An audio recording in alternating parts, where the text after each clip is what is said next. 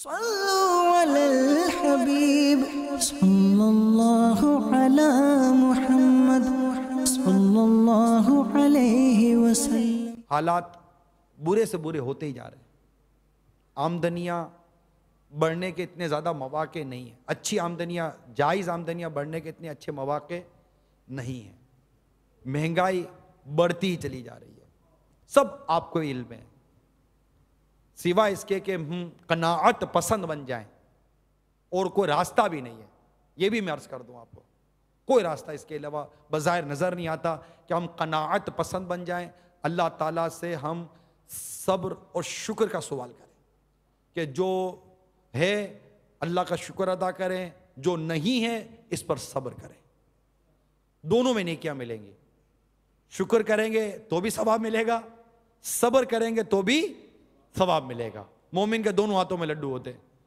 نعمت ملتی ہے تو شکر کرتا ہے، پریشانی آتی ہے تو صبر کرتا ہے۔ تو میں امید کرتا ہوں کہ تمام حاضرین و ناظرین ان مدنی پھولوں پر عمل کریں گے، اور سیدنا عثمان غنی رضی اللہ عنہ کی بارگاہ میں جو امیل سنت نے سوال کیا، استغاثہ کیا، عرض کی ہے، آئیے وہی التجا بارگاہ عثمانی میں کرتے ہیں رضی اللہ تعالیٰ۔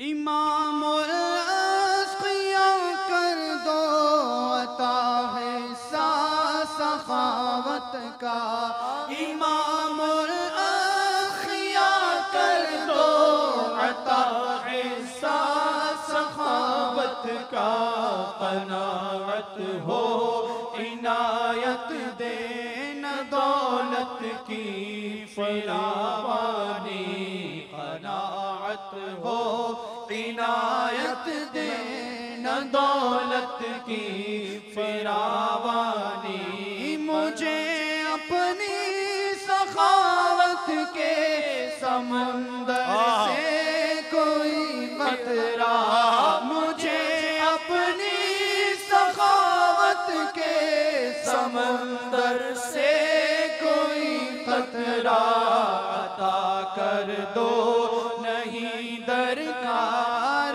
مجھ کو تاج سلطانی، عطا کر دو نہیں درکار مجھ کو تاج سلطانی۔ ارے سخاوت کے لیے دولت مند ہونا ضروری نہیں ہے، تاج و تخت ہونا ضروری نہیں ہے، آپ کے جیب میں 2 روپے ہیں، اللہ نے سخاوت کا دل دیا ہے تو آدھا روپیہ ہی اللہ کی راہ میں دے دو، کچھ تو دو، کچھ تو دو، ایک انڈا ہی دے دو، روٹی کا ایک چوتھائی ٹکڑا ہی دے دو، ارے کسی کو ایک نوالا ہی دے دو، کسی کو پانی کا گلاس ہی دے دو، ارے کچھ دینے کی عادت تو رکھو۔ ہم تو بس سخاوت، یہ پیسے والا سخاوت کرے گا، ارے غریب آدمی بھی تو سخاوت کرے۔ سیدتنا عائشہ صدیقہ ام المومنین رضی اللہ تعالی عنہا روزے سے ہیں اور اپنا کھانا غریب کو دے دیتی ہے، فقیر کو دیتی ہے۔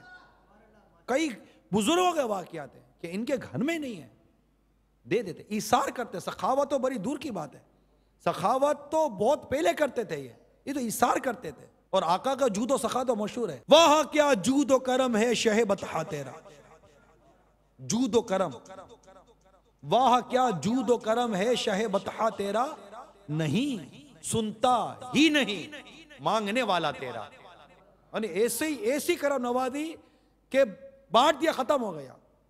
ایک سوال ہی آتا ہے بارگاہ رسالہ صلی اللہ علیہ وسلم میں، ارشاد ہوتا ہے ختم ہو گیا، بانٹ دیا تو تاخیر ہو گئی، لیکن نہیں سنتا ہی نہیں مانگنے والا تیرا، ارشاد فرمائے جو تیری ضرورت کی چیزیں باہر سے لے لے، رقم میں ادا کر دوں گا، نہیں سنتا ہی نہیں مانگنے والا تیرا۔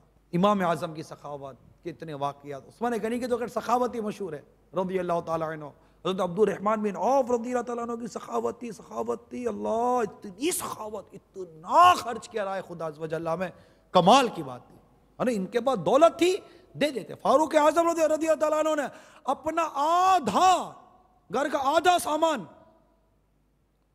آقا کے قدموں میں نچھاور کر دیا، اور کیا شان ہے صدیق اکبر کی، ان سا سخی تو کسی سخی نے نہیں دیکھا ہوگا، یہ وہ آقا کے غلام تھے کہ پورا سامان لا کر بارگاہ رسالت میں پیش کر دیا، اور عرض کرتے ہیں اللہ اور اس کا رسول چھوڑ آیا ہوں پیچھے، ان کے توکل کا تو شمار ہی کیا ہے، سب سے افضل جو ٹھہرے.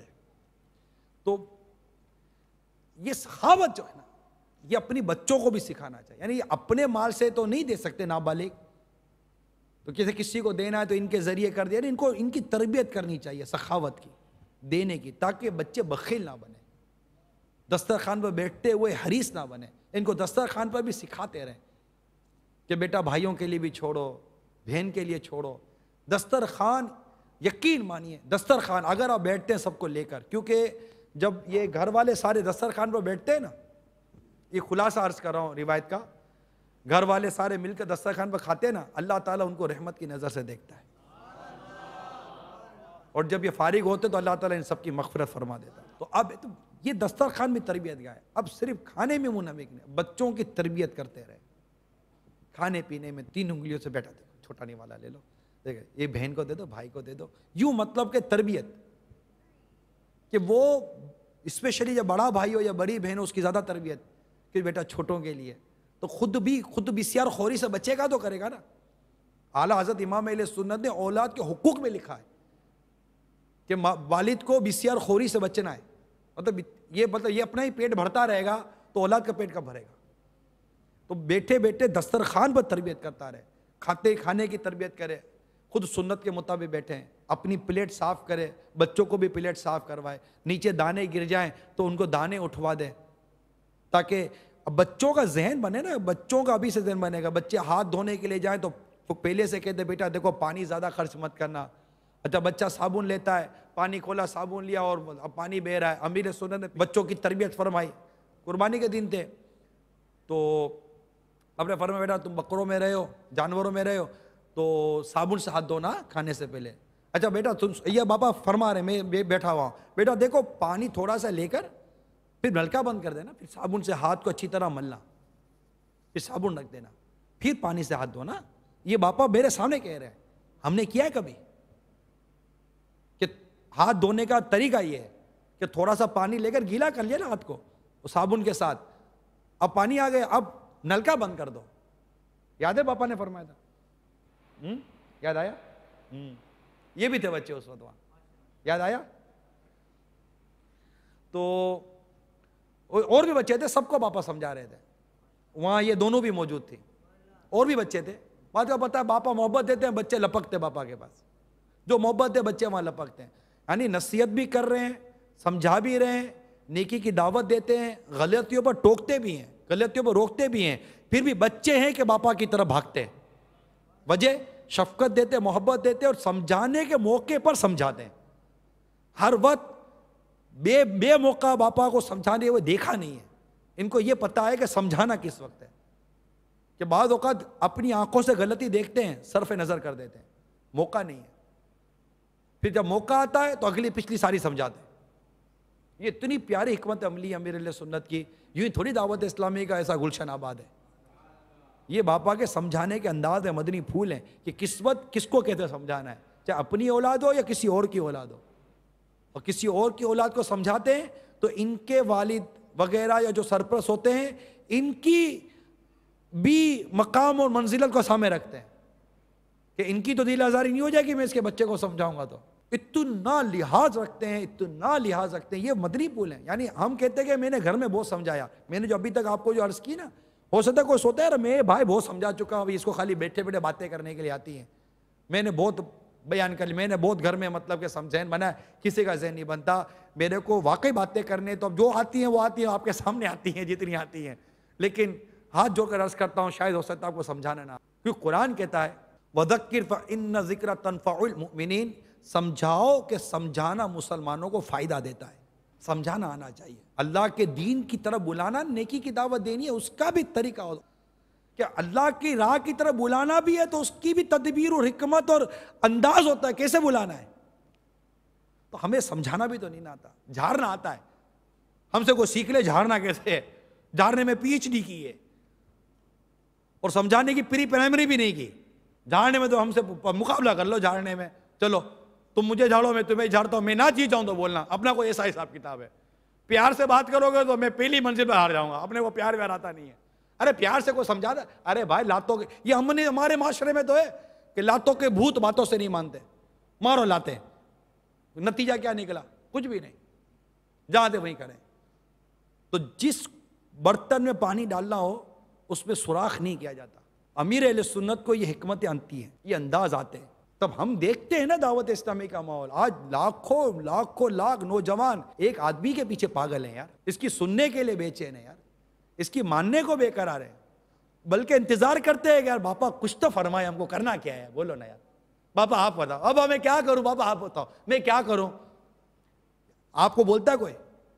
بولتا ہے کبھی بولوں گا تو یہ ہم کو 4 لسٹیں دے دے گا، یہ کر کے دے دے، اور وہ بھی ہم نہیں کر سکیں گے۔ تو ایک شخص کے پیچھے دنیا پاگل ہے، امیر غریب، مرد اور عورت، بوڑھے بچے، سب چاہتے ہیں کہ اس کی طرف سے کوئی ہمیں پیغام ملے، کوئی حکم تو ملے، کوئی بات تو کہیں، ہم کرنے کے لیے تیار ہیں، اور الحمدللہ کر رہے ہیں۔ تبھی تو اتنے امام داڑھی والے نمازی ہم دیکھ رہے ہیں معاشرے کے اندر۔ یہ کوئی سب کو کوئی ستھرے لوگ تھوڑی تھے جو ماحول میں، یہ شرابی، کبابی، بے نمازی، جواری، بدماش، اور مطلب کہ سٹھے کھیلنے والے، اڈے چلانے والے، بدماشیاں کرنے والے، گالم گلوچ کرنے والے، سونے کی چینیں بٹن کھول کر، جینس کی پینٹیں شرٹ ان کر کے، نیچے جوتے پہن کر ٹھاپ ٹھاپ ٹھاپ ٹھاپ بدماشیاں کرنے والے، ارے ایسے لوگ اس کی ایک نظر نے تبدیل کر کے رکھ دیا، ایک ارشاد نے تبدیل کر کے رکھ دیا۔ تو آتا ہے نا، انداز آتا ہے۔ سمجھنے کے لیے لوگ ہیں، سمجھانے والا چاہیے، سمجھنے کے لیے لوگ تیار ہیں۔